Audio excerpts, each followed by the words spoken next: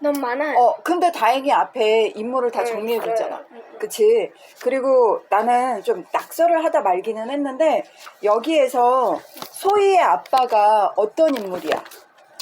회장님, 회장님이야. 근데 여기서 대립되는 사람이 할머니. 그러면 할머니가 할머니. 아빠와 왜 대립을 하고 있죠? 네. 왜 대립을 하고 있어? 아빠 그렇지 않아요. 회사에서 노동자가 죽었는데 책임을 책임을 안 져가지고 그거에 대한 시위에 할머니가 참여하는 바람에 그럼 한번 생각해 볼까? 할머니는 가족이잖아. 그치? 사위의 사업장에서 사람이 죽은 거에 대해서 만천하에 알리는 거잖아. 1인 피켓 들고. 그러면 그 활동을 하는 할머니 입장에서는 쉬웠을까? 아니요. 그럼에도 불구하고 할머니는 끊임없이 했어. 그 까닭을 우리는 왜? 라고 생각해. 옳지 않은 건 알아야 하니까.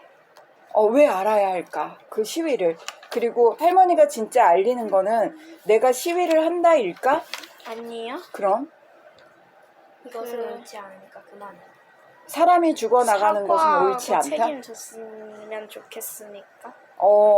책임지고 그 다음에 사과하고, 그러면 책임과 사과는 결국에는 다시는 이런 일이 일어나지 않도록 해주세요. 그치. 그리고 이런 일들이 계속 쌓인다면 이 사회는 어떤 사회가 될까? 할머니가 피켓 들고 사과하고 책임져라라고 얘기를 했잖아.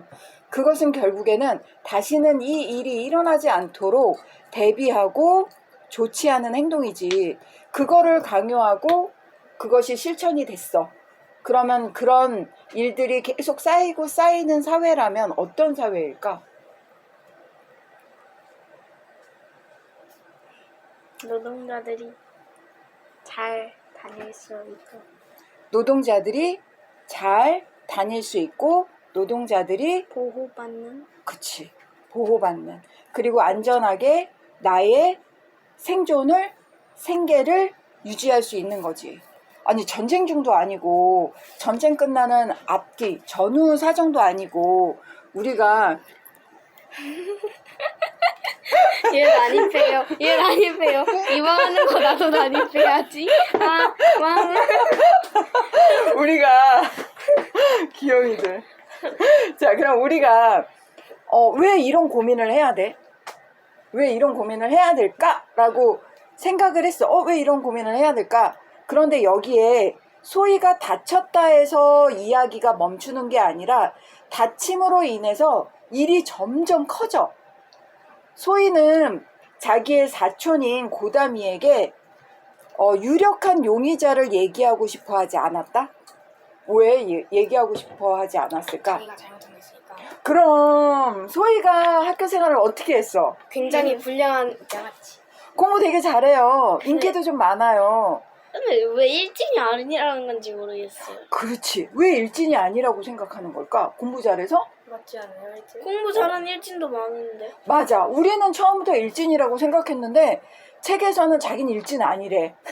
그게 무슨 소리야? 그렇지. 그래. 소희야, 그게 무슨 자기 소리야. 객관화가 아주 이상하도록 잘 되는 친구. 그렇지. 메타인지가 안 되는 애야.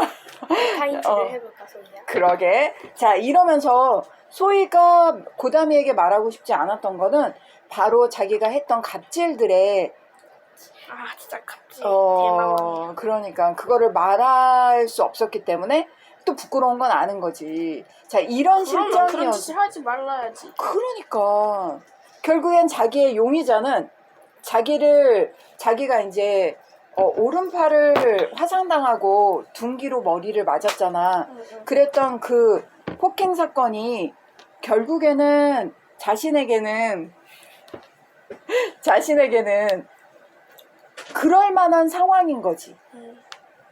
그럼 한번 생각해 볼까? 괜히 찔리니까 용의자인 애들 뒤수시라는 거 아니에요? 스스로가 가해자였던 거잖아. 그러면 이야기가 끝남에도 불구하고 누가 범인인지 알 수 없었다는 것은 당연한 거 아닐까? 우리 소희는 이미 갑질 대마왕이었고 그 갑질로 수없이 스쳐갔던 친구들이 피해를 입었어. 그런데 어느 날 자기가 상처를 입고 다쳤다고 모든 사람들을 용의자로 놓고 의심하잖아. 그리고 다 범죄 취급을 하고, 아빠는 그 아주 희귀한 단어를 쓰더라고. 아빠는 무슨 말을 했냐면 불순분자? 이 불순분자라고 하는 순분자가 뭐예요? 깨끗하지 않은 그렇지. 인간. 우리 일제강점기로 보면 우리의 순수한 조선 사람들을 조선징이라고 부르는 게. 그러면서 불량선인이라고 부르잖아. 그 시위하는 사람들 말하는 거예요? 불만을 가진 사람들, 나랑 반대되는 적이라고 생각을 한 거지. 그런데 우리가 이야기를 다 읽고 났을 때 느낀 거는, 소희를 괴롭히고 구타하고 폭행했던 거, 또 팔까지 태운 거는 정말 끔찍한 범죄야. 끔찍해. 근데 이 이야기에서 범죄로 보기보다는 결국에는 네가 이런 폭행을 당할 수밖에 없었던 그 원인을 돌아보니 어떠하니? 정말 너는 범인을 찾고 싶은가? 진짜 범인은 혹시 네 안에 있는 거 아니니? 라고 역설적으로 이야기를 하면서 이야기는 끝나. 그리고 더군다나 아빠가 아니라 소희가 당하지? 소희도 잘못했으니까. 갑질의 갑질이잖아? 자, 이런 상황에서 우리는 필리비가 있었어. 필리비가 있었어. 필리비. 필리비가 있었고, 또, 당찬 여자. 그 누구지? 이름이 나는 소희에게 놀림을 받아. 먼지라고, 먼지덩어리라고, 송근우. 그 다음에 독서광, 아주 딱 부러지는 애, 서한나. 그 다음에 오빠의 산업재해로 사망한 그 진실을 밝히려고 열심히 공부하는 애. 그래서 임혜서가 있고 최필립이 있지.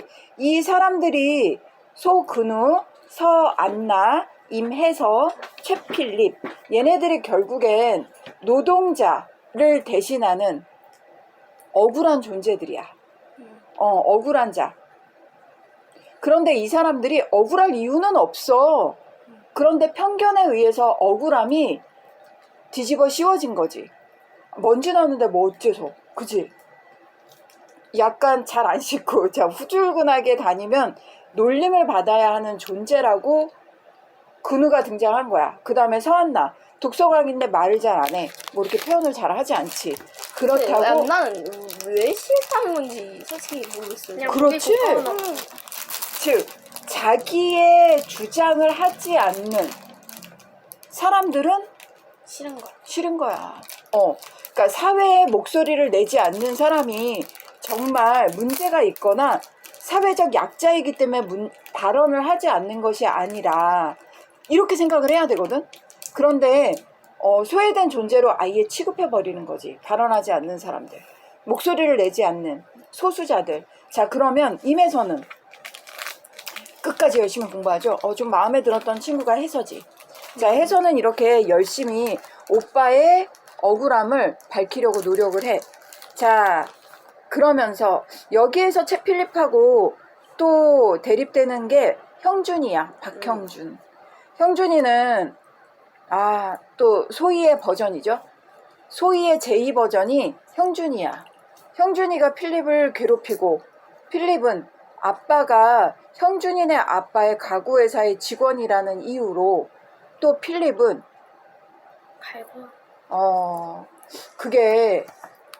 이게 조선시대 때 아버지의 직업이 자식에게 대물림되는 그런 모습하고 뭐가 다르냐, 그지? 필리비가 당당하게 학교 생활을 하지 않게 만드는 건 바로 사회 분위기가 형준이와 소희의 잘못된 행동을 묵인한다는 거야. 인정하지? 또 사회도 그렇게 흘러가잖아. 그래서 오늘 이렇게 된 이야기 속을 우리가 사건으로만, 이야기 속에서만 보는 것이 아니라 오늘 나눠줄 자료를 통해서 좀 더 집중해서 보도록 합시다. 자, 그러면 사진 자료가 있고요. 앞장에는 전태일에 대한 소식이고요. 그 다음에 뒷장을 한번 넘기면 2021년에 있었던 사건하고 뒷장을 또 넘기면 2025년 현재 있었던 사건 기사고요. 또 그러면서 이제 이거 뭔지 알아요. 그래서 우리가 현재 노동자들이 전태일 그때 55년이 지난 이 시점에서 전태일이 원했던 노동자 처우는 얼마나 인권에 부합되는 변화를 겪었는가 현실을 좀 검토해보고 가야 되겠죠? 자, 그러면 자료 수업을 진행하겠습니다.